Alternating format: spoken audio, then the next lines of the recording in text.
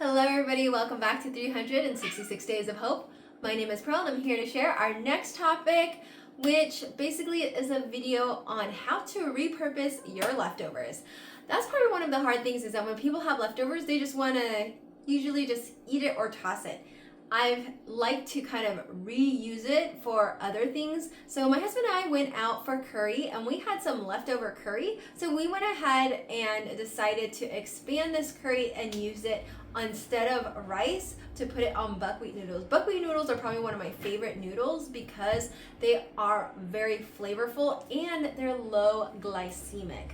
Especially for those that have diabetes, this is a perfect one to use and to help your blood sugar and preventing it from obviously rising. So we want to just try and maintain that blood sugar. So this is one that I decided to do. So right now I have this leftovers and it does look like it's pretty thickened out. It's got some other things in there, but I really want to add some greens. There wasn't a lot of greens in this, and even though it's got a lot of vegetables, we want the greens because of course it's super healthy for us. And so I've decided I'm going to add a ton of spinach to this. So I'm just going to put it in here. Right now I have my water boiling actually in another pot here next to me.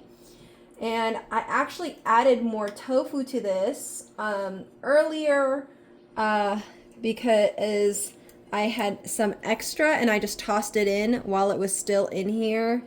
And so I went ahead and did that already. So now I'm just going to put everything together for the meal so I can meal prep it for the next day for my husband. And I like to separate this so that way the noodles don't become soggy. And it is already basically incorporated. Now you can extend this if you want by adding, almond milk to it or adding coconut milk to it if you have it. Or you can even add a little bit more water to this. But right here we've got our water boiling already. And here I've got my buckwheat noodles. And my buckwheat noodles I got from the Asian market, and they're basically called soba noodles. That's another term for them as well, as you can see here.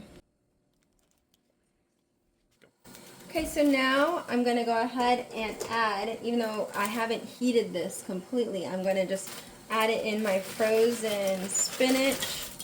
And it seems like it's a lot, but it isn't. I'm also adding a little bit of water just to allow it to not be so thick because it's definitely thickened out due to the other vegetables in there.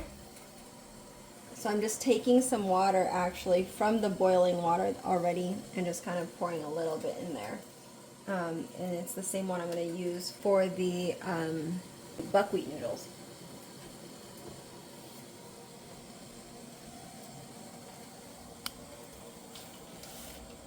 And so now that I'm just kind of mixing it and just allowing the spinach to get incorporated, and you can always look and see how much spinach is in there, and you can add a little bit more if you like. I personally like a lot of spinach, so I'm going to add a little bit more to this because I feel like it needs it. I really want to encourage a lot of, greens in our diet. And you know what? We're just going to do the whole thing because we don't have a lot. And I really don't like just wasting. So, and this will thaw out and cook into it. So this is, again, another way in which you can kind of extend. If you have leftover veggies, you can just toss it into your leftover curries, which is great. And this is what I love to do.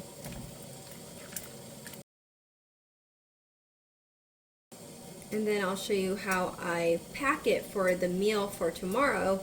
And I don't cook this all the way through clearly because I don't want to heat it up too much. I just want to make sure that it gets all in there because we don't want to heat it. We want it for just, to cook out until, or at least just get hot enough to make sure that the spinach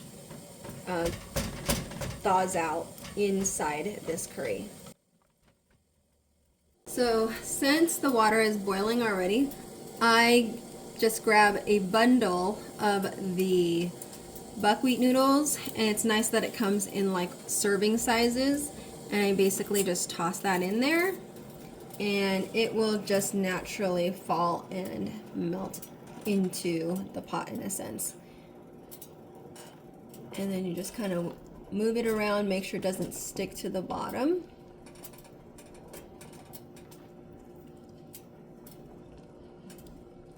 Sometimes I like using my chopsticks, but I just happen to have a ladle right now.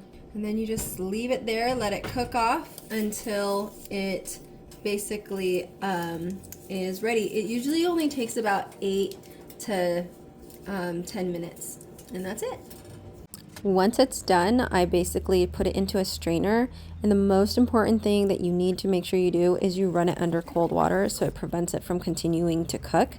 And then you want to make sure that's thoroughly rinsed and drained, and then you just basically pack it however you want afterwards. And that's it, guys.